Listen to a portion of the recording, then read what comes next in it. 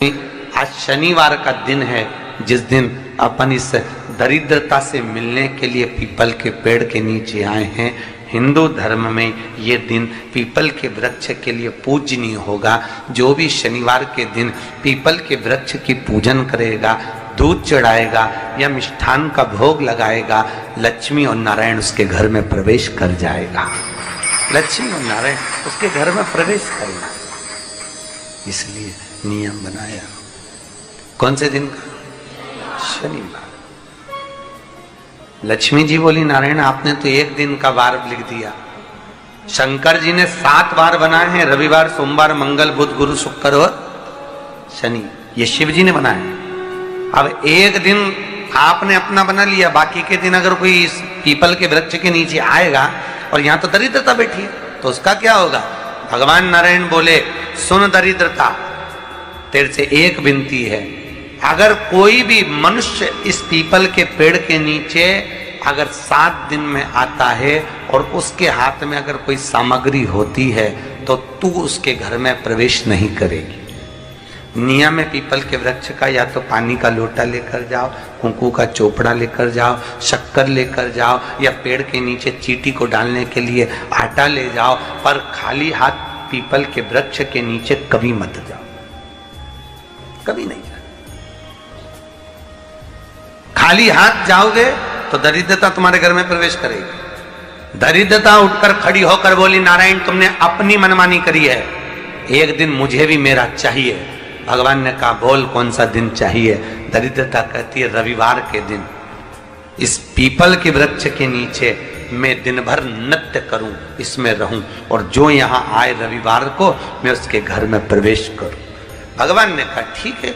दरिद्रता, रविवार का दिन एक ऐसा दिन रहेगा जिस दिन तू इस पीपल के वृक्ष के नीचे नृत्य करेगी और जो आएगा इस पीपल के वृक्ष के नीचे तो उसके साथ प्रवेश करेगी।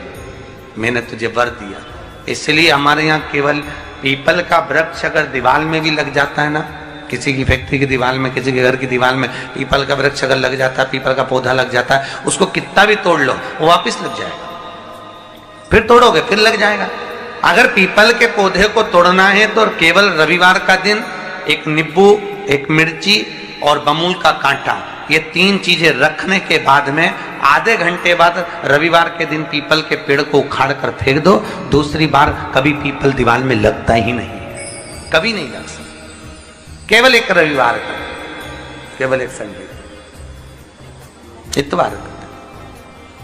घर में दीवारों पर अगर पीपल लग भी गया है, इसलिए पीपल के वृक्ष को उखाड़ने का, अगर घर में पीपल लगा हुआ है या पीपल का पौधा हमारे घर में लग गया, उसको उतारना, निकालना, लगाना, तो पीपल के वृक्ष को अगर निकाला जाता है तो रविवार के दिन, और अगर पीपल के वृक्ष को कहीं लगाया जाता है तो सोमवार के दिन या मंगलवार के दिन, बुधवार के दिन, इन दिनों में लगा सकते पीपल के वृक्ष कहीं लगाना।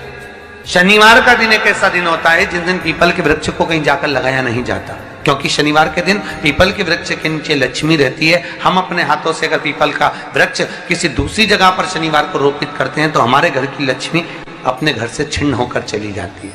इसलिए शनिवार के दिन पीपल लगाया नहीं जाता, किसी के घर जाकर उसको वापस पलटा नहीं जाता। लग गया उसको डर। प्रभु मेरी धर्म पत्नी को कहाँ रखूं आप बताओ? वो तो जहां यज्ञ होता है, अनुष्ठान होता है, दान होता है, पुण्य होता है, सत्कर्म होता है, वहां जाने को तैयार नहीं। अब करूं क्या? भगवान ने बोला, एक काम करो।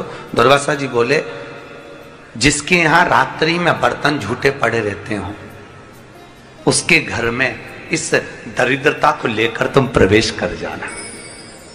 जिसके यहां रात्रि में बर्तन झूठे पड़े हो वहां लेकर प्रवेश कर जाओ। दूसरी जगह दुर्वासा जी बोले, जो स्त्री घर में दोपहर के समय पर सो रही हो उसके घर में इसको लेकर प्रवेश कर जाइए। जो स्त्री दोपहर के समय में घर पर सो रही हो इस दरिद्रता को लेकर प्रवेश कर जाइए। तीसरा, जिसके यहां पर दरवाजे पर कांटे वाले पौधे लगे हों उस घर में इस दरिद्रता को लेकर प्रवेश कर जाइए। दरिद्रता, कितनी सुंदर बात कही है। दाता और विधाता, कौन कौन? दाता और विधाता, लक्ष्मी और दरिद्रता के सगे भाई हैं। कौन कौन? दाता और विधाता। दाता को फिटकरी प्रिय है, विधाता को नमक प्रिय है। ये दोनों हमेशा लक्ष्मी को और दरिद्रता को दोनों को समझाते थे, दोनों में प्रेम बढ़ाते थे। आज भी हिंदू धर्म की रीति है, यहां तो ठीक है, जिसके यहां पर भी अगर थोड़ी सी भी परेशानी होती है, थोड़ा सा क्लेश होता है, अशांति होती है, लक्ष्मी नहीं टिक रही हो, काम नहीं बन रहे हो, बहुत प्रयास करा जा रहा हो और हमारा कार्य नहीं होता, तो क्या करते हैं? फिटकरी और नमक को पानी में डाल देते हैं और घर में पोछा लगा देते हैं। आप लोगों ने आजकल फेसबुक पे भी पढ़ा होगा, व्हाट्सएप पे भी पढ़ा होगा। तो क्यों लिखा उसमें? उसका कारण ही केवल इतना है कि दाता और विधाता की प्रियता उसमें। माता ख्याति के जो 4 बच्चे हुए, इसमें जो 2 लड़के हैं, दाता और विधाता, उसकी प्रियता उसकी पूर्णता उसमें। श्री शिवाय नमस्तुभ्यं। शिव महापुराण कहती है, अगर एक दिन, शिव महापुराण की कथा कहती है, शनिवार के दिन अगर शिव की आराधना करी जाए, शनिवार के दिन अगर शंकर को जल चढ़ाया जाए, तो जिंदगी में व्यक्ति की कभी अकाल मृत्यु नहीं होती। कि बैसाख महीने में पवित्र वृक्ष के जड़ में 1 लोटा जल समर्पित कर देने पर और वहां की जो रज है उसको मस्तक पर चढ़ा लेने पर 84 लाख योनियों से मुक्ति मिल जाती है। 84 लाख योनियों से। आप में से कितनी माताएं या कितने भाई लोग बैठे हैं जो शंकर जी के मंदिर पर जाते हैं और मंदिर पर जब जाते हैं, वापिस जब लौट कर आते हैं, तो मंदिर की चौखट का स्पर्श कर कर अपने मस्तिष्क पर उस रज को लगाते हैं? आप में से कितने लोग हैं बहुत सारे? ठीक है। अब जितने लोगों ने हाथ उठाया और नियम से अगर शंकर मंदिर की दरवाजे की चौखट पर भगवान शंकर को जल चढ़ाने के बाद जब आप लौट कर आ रहे हैं और उनकी चौखट पर आपने हाथ फेर कर अपने मस्तिष्क पर उस रज को लगाया है, वो धीरे धीरे अपने भाग्य की ओर देखते हैं। तारीख लिख लेना कि मैंने इतनी तारीख से मंदिर जाना चालू करा, इतनी तारीख से मैं ये काम कर रहा हूं और इतनी तारीख तक मुझे ये फल की अनुभूति हुई। शनिवार के दिन जो पीपल के वृक्ष में सरसों के तेल का दीप लगाता है, उसको शनि कभी परेशान नहीं करता। एक बात हमेशा ध्यान रखिएगा, मान लो अच्छे काम करते करते उल्टे हो रहे हैं, होते किसी किसी के साथ में, विपरीत परिस्थितियां आ जाती है, अच्छा करने जाओ बुरा हो जाता है, अच्छा कर्म करने जाओ बुरा हो जाता है। तो पीपल के वृक्ष की जो छाल होती है, छाल देखिए, पीपल के वृक्ष में जो छाल लगी होती है, उस छाल को घिसकर चंदन बनाकर भगवान शंकर का स्नान कराकर, अभिषेक कराकर, पूजन कराने के बाद में पिपलेश्वर महादेव का नाम लेकर, कौन से महादेव? पिपलेश्वर महादेव का नाम लेकर वो जो घिसी हुई छाल होती है, उस छाल का तिलक भगवान शंकर को लगा लो और उसी का थोड़ा सा भाग अपने कंठ पर, मस्तक पर लगाना प्रारंभ कर दो। धीरे धीरे जो विपरीत दशा है वो सुधरना प्रारंभ हो जाती है। पर नाम याद रखना, पिपलेश्वर। आज शनिवार का दिन है, जिस दिन अपन इस दरिद्रता से मिलने के लिए पीपल के पेड़ के नीचे आए हैं। हिंदू धर्म में ये दिन पीपल के वृक्ष के लिए पूजनीय होगा। जो भी शनिवार के दिन पीपल के वृक्ष की पूजन करेगा, दूध चढ़ाएगा या मिष्ठान का भोग लगाएगा, लक्ष्मी और नारायण उसके घर में प्रवेश कर जाएगा।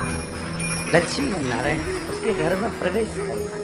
गौ माता को अपने घर से 1 रोटी देना चालू कर दीजिए, जिंदगी में कभी धोखा नहीं खाओगे। शिव शंकर जपूं तेरी माला, भोले बाबा जपूं तेरी माला, भोला सब दुख काटो,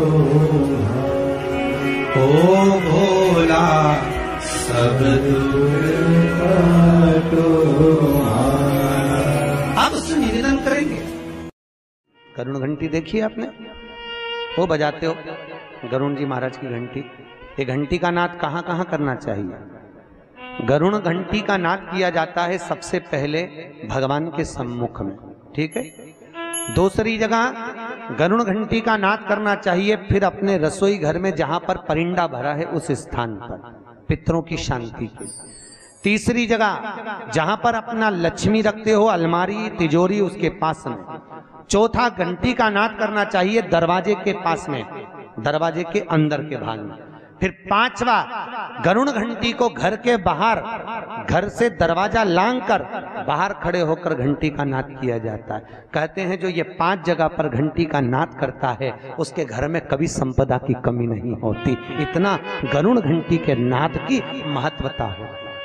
और दुनिया के लोग इतने आलसी हैं, बस भगवान की आरती करे तब घंटी बजाए, उसके सिवा धर दे होते। उसको मालूम ही नहीं कि घंटी कितनी जगह बजाना चाहिए, घंटी का नाद क्यों करा जाता है।